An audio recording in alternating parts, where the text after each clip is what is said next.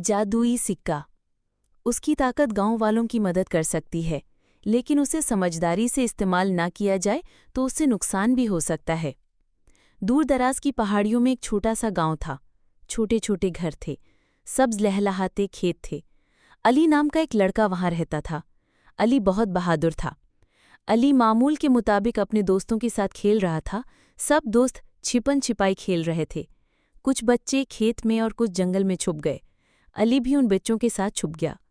जंगल में उसे जमीन पर पड़ी एक सुनहरी चीज दिखाई दी, जो सूरज की रोशनी की वजह से खूब चमक रही थी।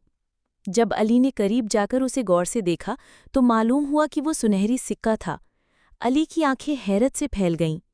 जैसे ही अली ने उस सिक्के को जमीन से उठाया, उसे एक अजीब सी सनसनी महसूस हुई। एक जादुई आवाज ने उसके कान में सरगोशी की, अब से हर चीज जो तुम छुओगे सोना बन जाएगी। अली पुरजोश होने के साथ साथ खौफजदा था। वो नहीं जानता था कि इस जादुई सिक्के के साथ क्या करना है। जैसे ही अली ने सोने का सिक्का थामा, उसे अपनी आंखों पर यकीन नहीं आया। उसने खुद से पूछा, क्या ऐसा होगा? क्या मैं हर चीज को सोने में बदल सकता हूँ? उसने जंगल के चारों तरफ नजर दौड़ाई, सोचा कि पहले किस चीज को छुएं। अली ने सिक्के की ताकत को जांचने का फैसला किया। सबसे पहले उसने एक पत्ते को छुआ तो वो सोने में बदल गया। उसने एक चट्टान को छुआ, वो भी सोने में बदल गई। अली का जोश बढ़ गया और उसने उन तमाम हैरत अंगेज चीज़ों का तस्वुर करना शुरू कर दिया जिनको वो सोने में बदल सकता था। हर तजुर्बे के साथ अली को अपनी नई ताकत की नताइज का एहसास होने लगा। उसने खूबसूरत फूल को छुआ तो वो अपनी खुशबू और नाजुक खूबसूरती को खोकर सोने में बदल गया।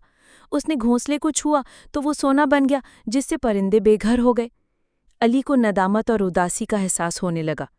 वो समझ गया कि उसकी ताकत सिर्फ तोहफा नहीं बल्कि जिम्मेदारी भी है। उसने अपने गांव के बारे में सोचा कि किस तरह उसकी ताकत गांव वालों की मदद कर सकती है, लेकिन उसे समझदारी से इस्तेमाल ना किया जाए तो उसे नुकसान भी हो सकता है। वो बरवक्त समझ गया था और यूं उसने सिक्का गांव वालों की फलाह व बहबूद के लिए इस्तेमाल करना शुरू कर दिया था।